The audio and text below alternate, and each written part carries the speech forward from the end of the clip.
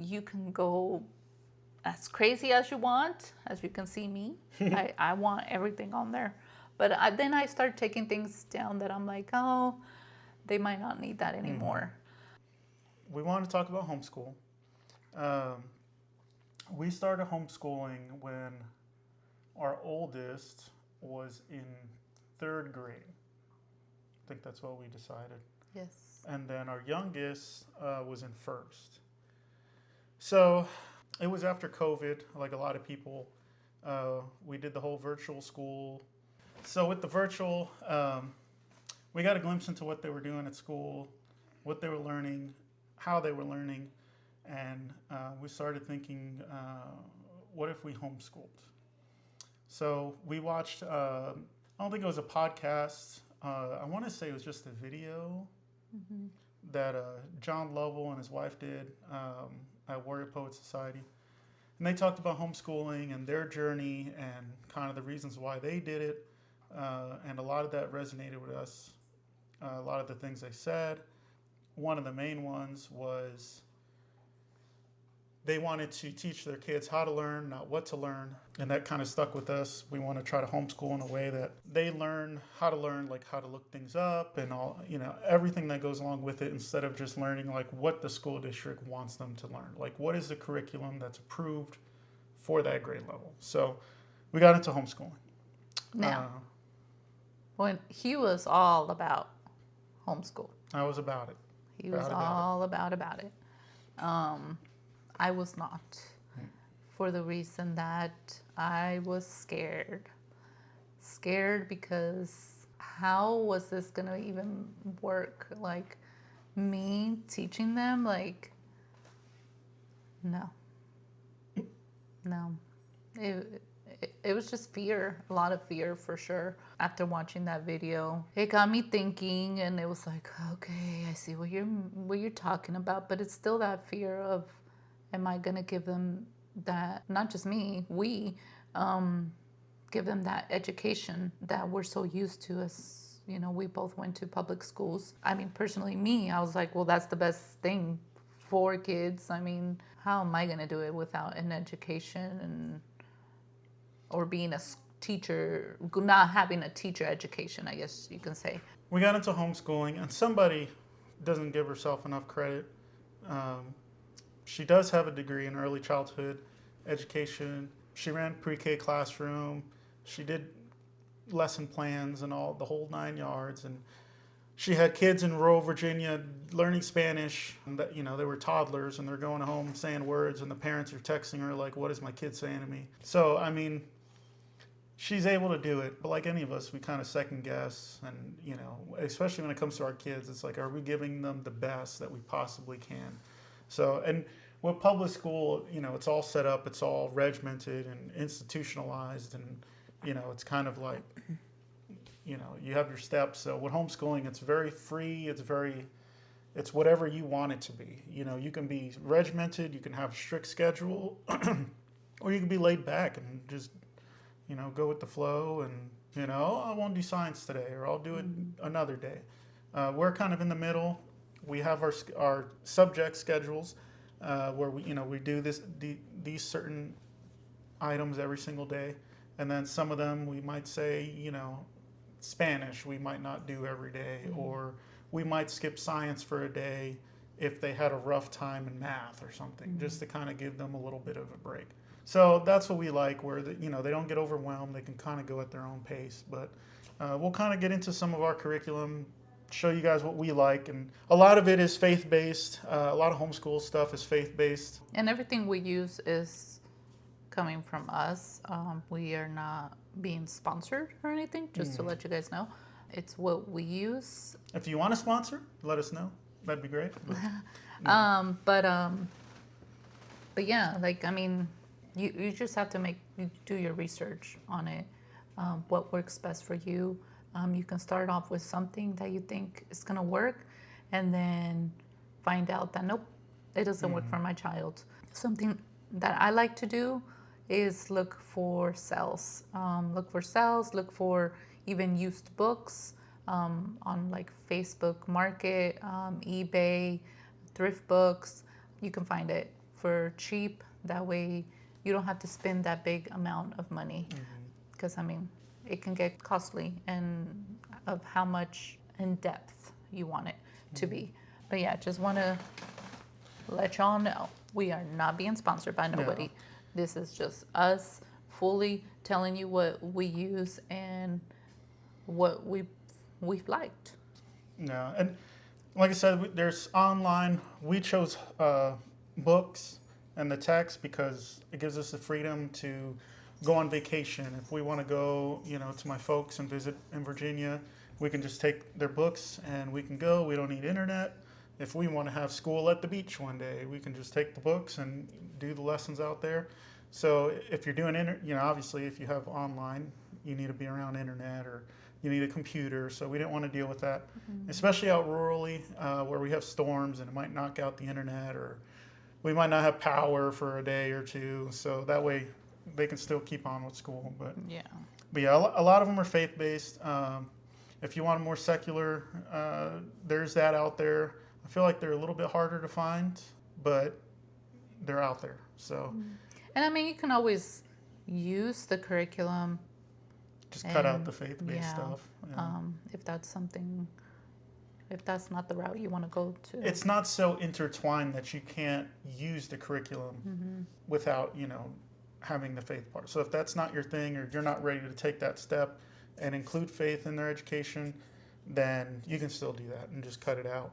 Like I use master books for history, and a lot of there's not a lot of faith-based, but they'll throw scripture out or they'll throw something out as far as like with the Civil War and how slavery was wrong or certain issues, the Trail of Tears, how that was not right, or it'll try to draw it back to the Bible and how we're supposed to love one another, and this is not living up to Scripture. So I like that because it kind of realigns them and grounds them in the Word with the events that were going on at the time. So yeah. So from the beginning, we start off our day. The schedule.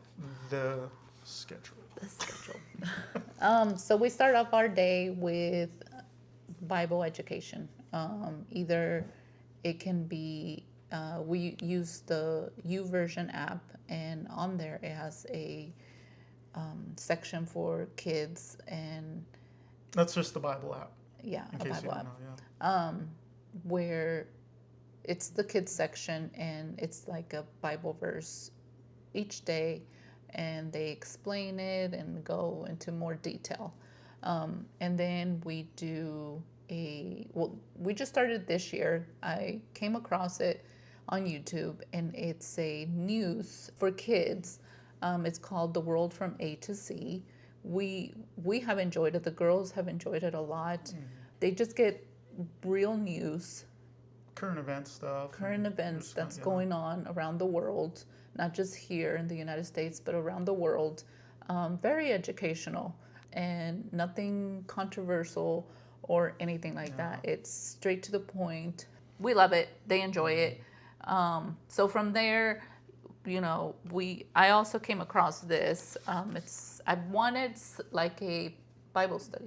Bible study? Yeah, like a Bible study, some type of curriculum, and I was looking. Like a plan. Like yes. A Bible study plan or something? Yes, okay. And I couldn't find anything that I'm like, okay. And then a friend of mine told me that she's from the UK, so she was like, this is a program that we used over there in the UK, and I was interested. So I was like, give me the website so I can look up to see if maybe there were printouts that I can do printouts.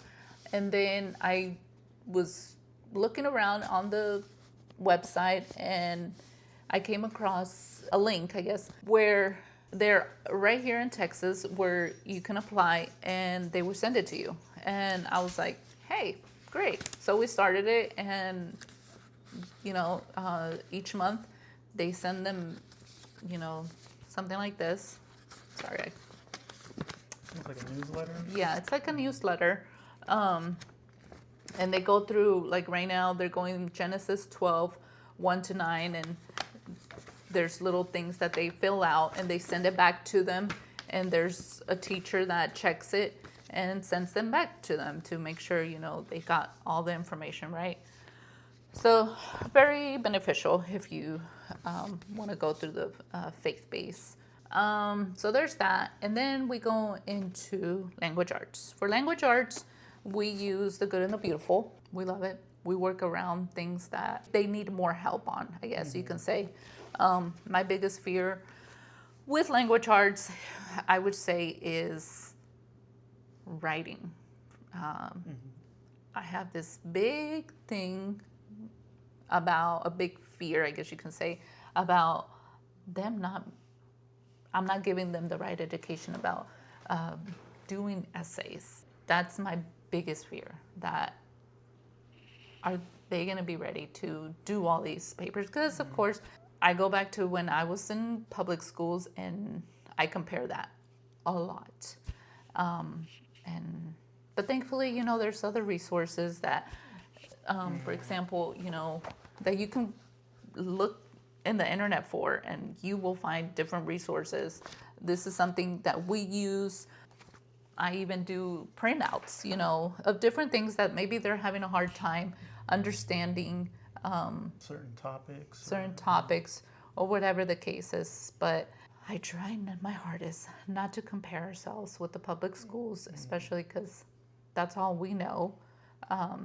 So it's that. But I mean, that's the good thing about homeschool is like you get you're the teacher, so you get to see the progress from the beginning to the end.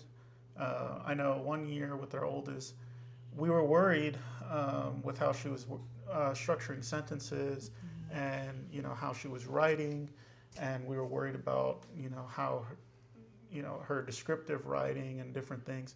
And then by the end of the year, we read her essay, and it was like like a different child by the end of the year. So it's like, yeah, that's the hard thing, is you're literally teaching them, so they're learning like new things.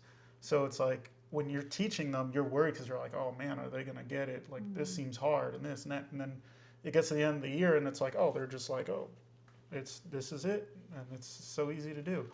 So that's the good thing, where if your kids are in public school, it's a little harder to see that kind of progress, because you're just relying on like report cards, and it's kind of hard. Which you're most likely, if your kids are in public school, you're both working, you're getting home at a certain time, then it's dinner, and then or you have sports, or you have whatever the case is, and showers, and then homework and bedtime, and you don't really have a chance to like sit down and like look at their work that they're doing. You're kind of relying on what the teachers are telling you. So with the homeschool, it's really nice to see that progress, to see how they've gone from the beginning to the end. So that's what I try to tell somebody is, we're going through new things, and they're going to struggle, and, but they haven't struggled on anything, I think, you can correct me, but on anything that really got them hung up. So I know, like, when I was in school, there were certain topics that I was like, you know what, I'm writing that off as a loss. I'm never going to understand this. I'm not going to try to understand it because it's going to mess me up understanding all this other stuff. So this one topic, I'll just count it as a loss. I'll take my 50 and move on, because if I try to dwell on it and try to understand it, I'm just going to mess myself up with the other stuff. So there hasn't been anything like that with them. Anything they struggled on, YouTube videos, little books, little worksheets, things we find on the internet, just to kind of help them with that topic. Usually they've caught on pretty good. So, and it's not that they're not perfect in no mean, but they still have work to do. They still have learning to do. Of course, we're not saying they're these perfect writers. They're not. They're still learning, but there's resources out there. After language arts, we do math. For math, we use Horizons.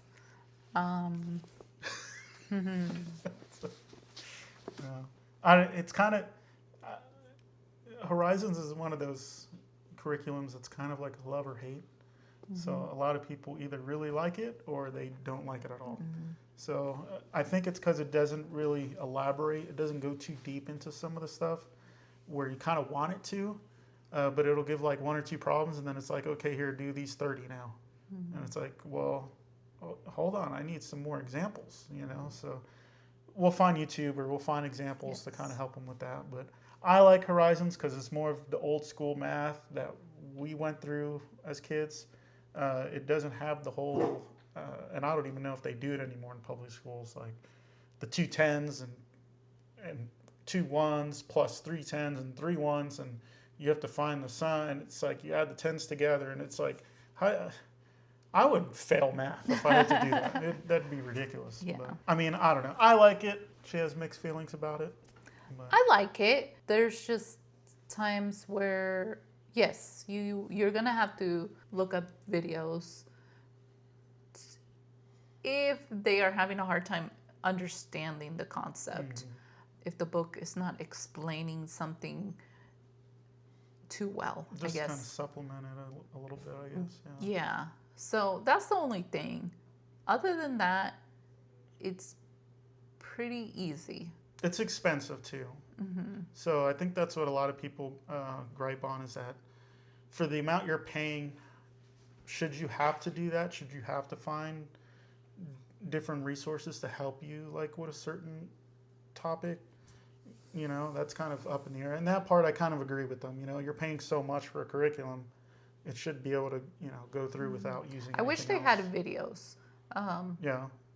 Like, I forget the name of that one that has videos. yeah. There's one out there. That's the only thing. I guess it would be nice if they had videos to go along with whatever lessons. Honestly, I go on YouTube, of course, and I've gone to the Good and the Beautiful math videos, and I look up, yes. And that has helped a lot, to be honest. So, yeah. Okay, so after math, we do science. Yes. So science, we've gone with different curriculums. I forgot one of them. What was that? Pals? Pals. Yes. Some kind My of pals Pals with some or animals on something. it. Some zoo It animals. was okay. I think it was a lot. Yeah. Wasn't that was the one that had like 2 books, or it was like a first half, second, but it was like a lot of work to do. Yeah. Not a lot of work. Yeah, it was just not for us. It was a But- little too busy. Yeah. I guess But what it we is. did it with the oldest. She got it done and everything. But when it was time for Mia, we decided not to. So what we use is Master Books, and Master Books has different Like series, series I guess you could call of it. science, I guess you can say. The one we use is Let's Talk Science. It has levels 1 to 4. We enjoy it. They like it. It's pretty easy. You can get lessons done literally in a day if you want. But it is like a Monday through Friday, or I don't know. I think it's Monday through Friday, 4 or 5 days a week. But, you know, we like it. And then for Celeste, we use the General Science 1, and then next year she'll use General Science 2. She's in 6th grade, and this is a 7th through 12th grade curriculum, and she does fine on it. I mean, she gets stuff wrong, and you know, it does have some kind of in-depth terminology and stuff like that. So it does kind of get very specific, and that's usually the stuff that gets her, is because it's like, how do you even remember this unless you're like a scientist or something? But yeah, so like I said, she's in 6th. It's 7th through 12th, and she does fine on it. A lot of the homeschool curriculum you'll find tends to be a little bit more advanced. I want to say, I hesitate to say that, maybe a half a grade or a whole grade level, especially Horizons. A lot of them like I want to say half a grade. Yeah, I mean this one. A lot of them, like this one says 7th through 12th grade. And like history is the same thing. It'll say like 3rd through 6th grade or something. So it's for all those grades, and then it'll tell you in there, for older students, do this. And it'll give them a little bit more work to do, a little bit more in-depth, to where a younger student, you might not have to research and do a paper on a certain person. So it'll kind of break it down that way too, which is good. But it just gives them more work and a little more in depth of what to do. So. And we have, for the oldest, we have done science from the good and the beautiful. One thing I like about them is if your child is wanting to learn a certain topic. Mm-hmm. For example, with Celeste, she was into birds, mm-hmm. and they have one all about birds and stuff. So I was like, because at that point we didn't know what to do for her for science. We weren't sure, so we're like, let's just try this. So we did that. That was after the PALS? That was after level 4 for Let's Talk Science, because she finished level 4, and after that we were like, we don't know what's next. Mm-hmm. We don't know what to do. So we decided to do that, and I think there was 2 that she did. I forgot the first one that she did. It wasn't clouds, or something, was it? No. Like weather? No. It was about the animals, the kingdoms. Oh, kingdoms and classifications? Yes. Yeah. So it was good. It was good because, she learned about the classifications and then about birds, especially because she was into birds and all that. So we enjoyed it. Mm-hmm. It's something, if you want to go with, they want to learn about oceans, or it's more a la carte. You get to pick, the different topics you want. And Good and the Beautiful is more,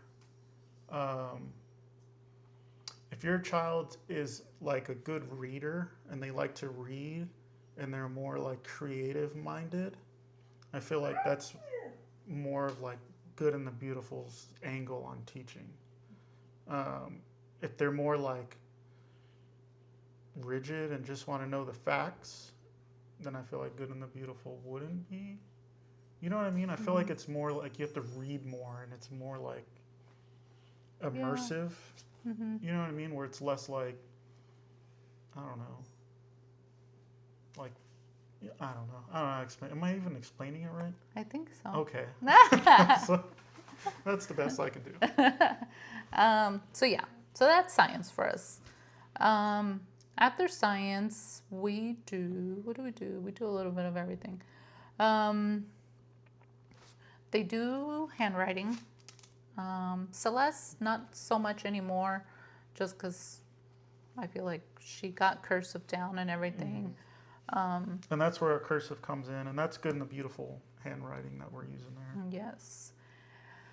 We do Spanish. We started off with the complete book of Spanish.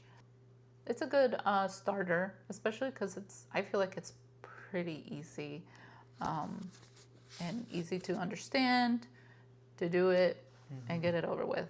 And her mom speaks to them in Spanish, and they hear Spanish, being a Hispanic family. Everybody speaks Spanish, so they're hearing it all over. Mm-hmm. So they know a lot of the words in there already, so I think that's why it was so easy. They kind of breeze through it. It's kind of like uno, dos, it's like, you should know these things. Mm-hmm. Yeah. And then I found this on Amazon, and I just wanted something simple, and we found this one, and it's grade 6 to 8. My 4th grader, she does perfectly fine with it. Maybe it's because she's around, my mom speaking Spanish, me speaking Spanish. I don't know. But she doesn't have no issues. It's pretty simple. And then next year, of course, we'll do Spanish too, and then we'll go from there. Something that I do suggest, if you know Spanish, and you start them early. But after that, we do typing. There is a online program that we use, typing.com. It's free for a half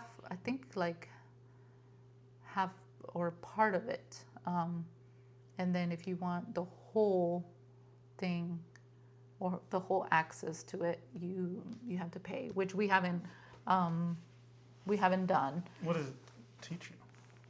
It just goes more into more typing. I think it like teaches you Excel Oh, and all so that. the beginner one, the free one, just teaches you Like the where to put your basics. hands and Yeah, and like your speed. the spacing. Oh, okay.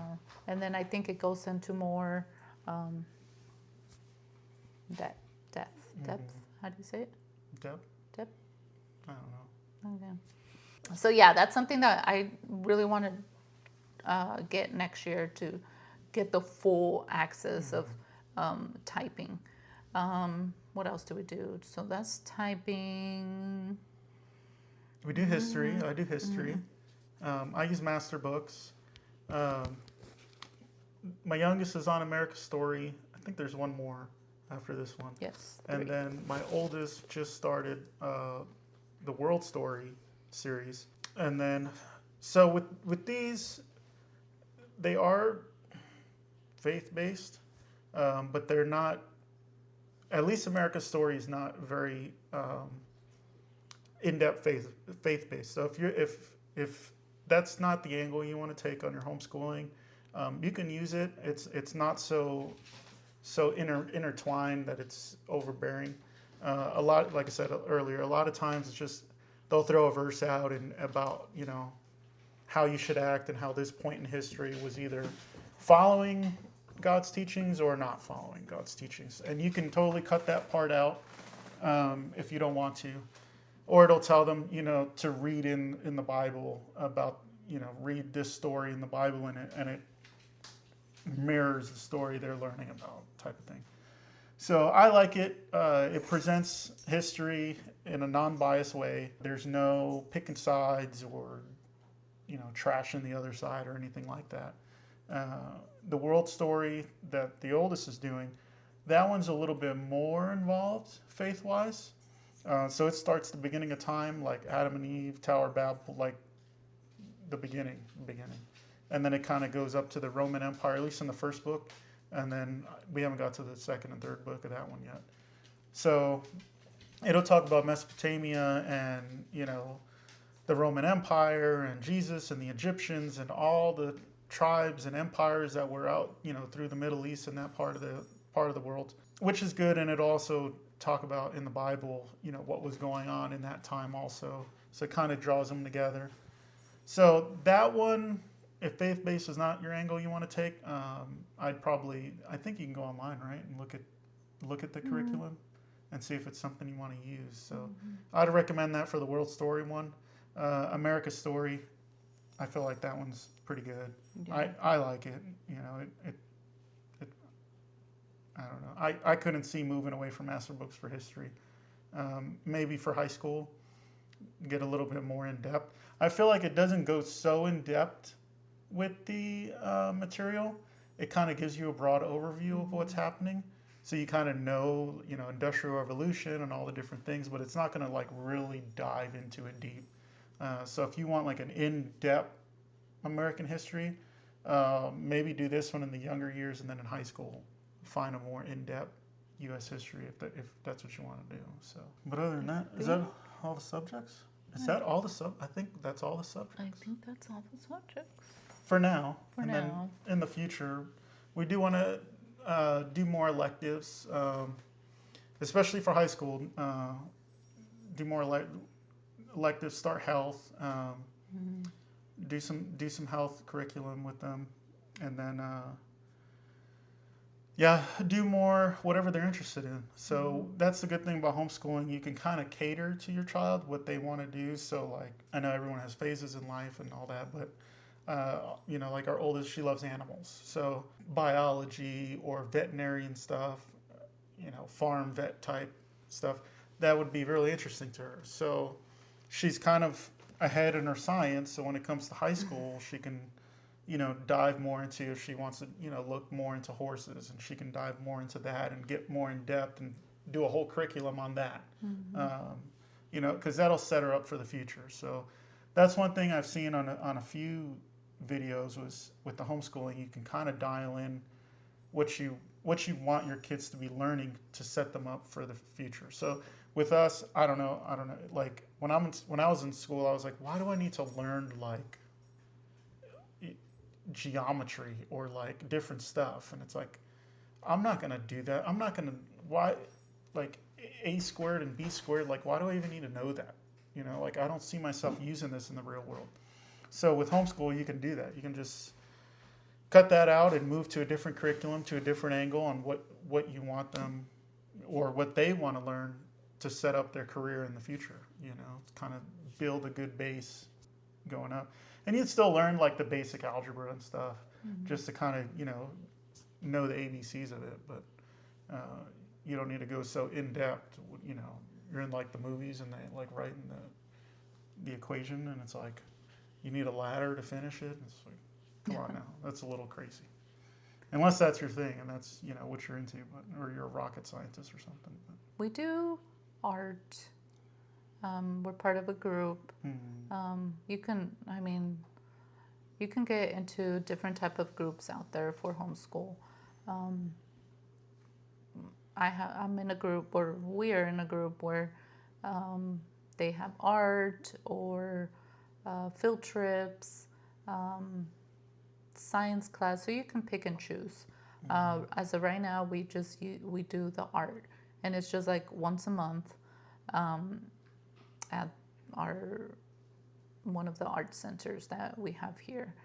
And then we have PE, a group of PE,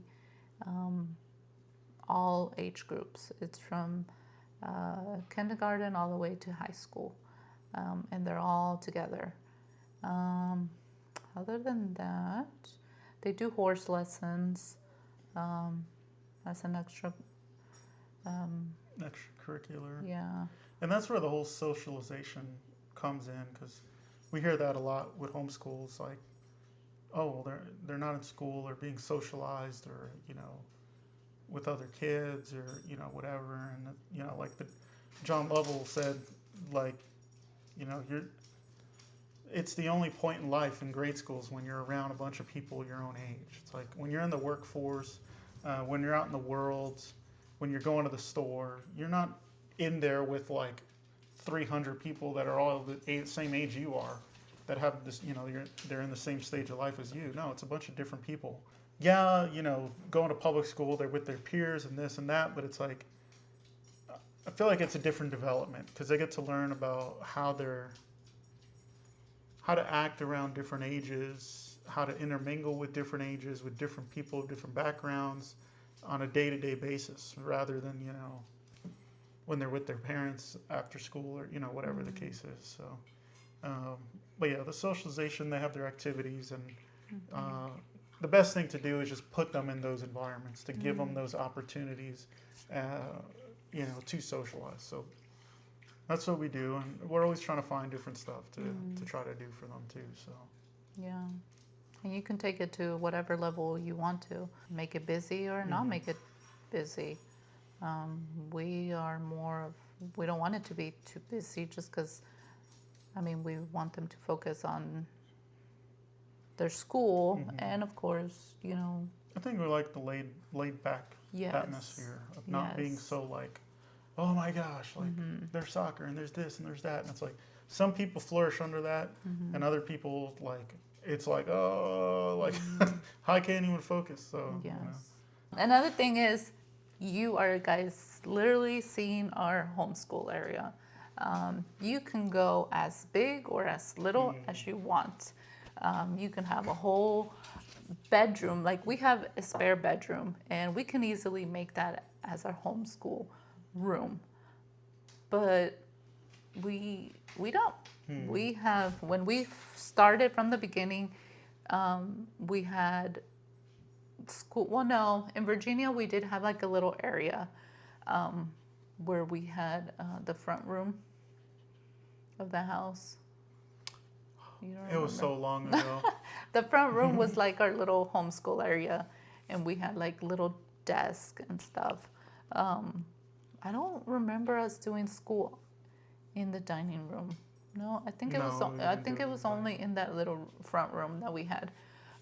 But from when we moved here, this it's been our school, the dining room table, and of course they're able to go to a different room, This is to just where the they start. yes, to So, the living room on the couch. They can go wherever they want to do their reading or their schoolwork, etc.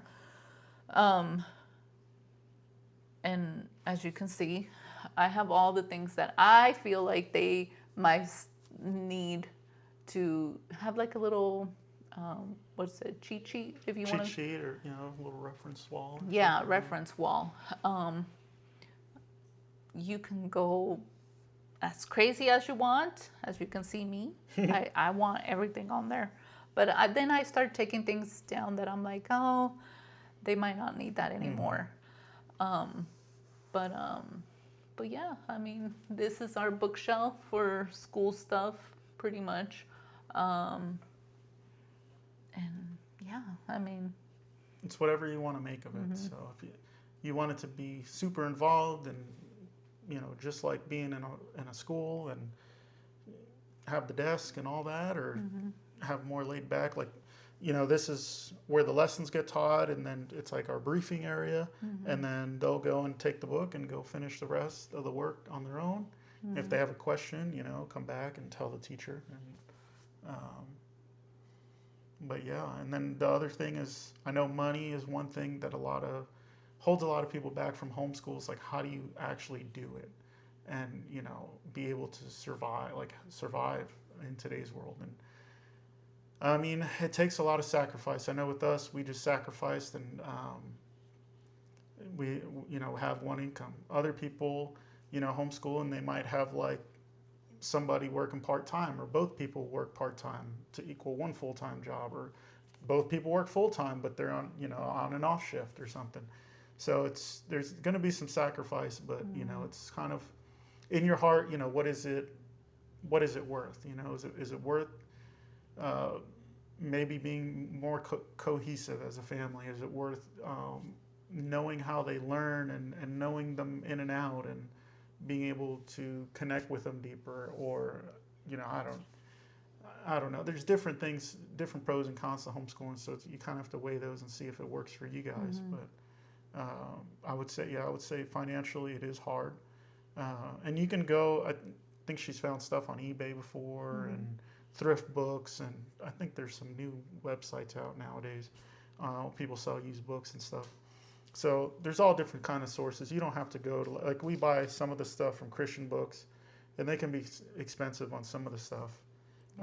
So we try to find things used, and the big thing is just paying attention to the revision numbers and making sure they match, and the published dates, to make sure you don't have an answer key that's like way off on the pages or something. But yeah, I mean, that's the gist of it. If you guys want us to do videos going deeper into some of the curriculum, maybe you're interested in a certain one and you want to see the inside of the book or something, just drop a comment, let us know which one, and we can throw a video out on that. Or if you want another video going deeper into the homeschool stuff, or you have questions on how to do something, or like I said, we've been doing it for a couple of years. We're not any experts by any means. There's some people we meet that homeschool that are like, I mean, they should be like professional homeschool teachers. They're the way they're set up. We're not that. We're pretty laid back. So we kind of gauge off the girls, however they're progressing, and that's how we move, and we try to keep with them. So that's our homeschool. That's how the cookie crumbles. But so let us know. I do have something from the good book here. It's Proverbs 22:6, and it says, "Start children off on the way they should go, and even when they are old, they will not turn from it." So it goes into the homeschooling, teaching your children how to learn and all that. What they should be learning, and keeping faith as the core and as the foundation. They'll go a long way. So with that said, like, comment, subscribe. If you want to know more about certain subjects, or even another video on homeschooling diving into a different aspect, let us know, and we'll hook you guys up. Have a good one. Blessings.